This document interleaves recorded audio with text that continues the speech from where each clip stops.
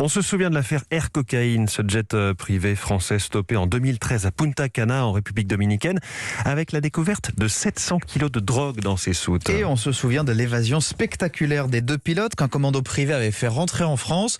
Leur procès en appel devant la cour d'assises spéciale d'Aix-en-Provence commence aujourd'hui. Justin Morin, avec toujours la même question, était-il au courant ? Oui, Bruno Odos et Pascal Fauré ont toujours clamé leur innocence et juré qu'ils ne savaient rien. Aujourd'hui, ils se présenteront à nouveau devant les juges sans changer de version. Il y a 2 ans, les magistrats ont estimé que les 2 pilotes avaient sciemment participé au trafic de drogue.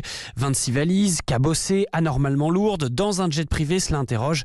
Ils ne pouvaient pas ne pas savoir. Les juges ont aussi pris en compte les éléments d'un premier vol, effectué 3 mois avant leur arrestation. Un vol identique entre la République dominicaine et Saint-Tropez, à bord duquel ils avaient déjà transporté des valises boueuses et cabossées.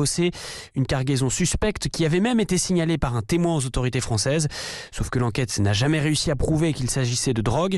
Maître Antoine Vey, l'avocat des 2 pilotes, continue d'affirmer que ça ne peut pas constituer une preuve. Non seulement il incombe pas aux pilotes de contrôler le contenu d'éventuels bagages dans leurs aéronefs, mais également que, en ce qui les concerne, ce sont des gens stables qui sont des militaires plusieurs fois décorés, et l'idée même qu'ils puissent avoir pris part à une quelconque activité criminelle leur est insupportable. Le commanditaire présumé sera aussi rejugé. Il a été condamné à 18 ans de prison, mais il continue de clamer son innocence. Justin Morin du service police-justice d'Europe.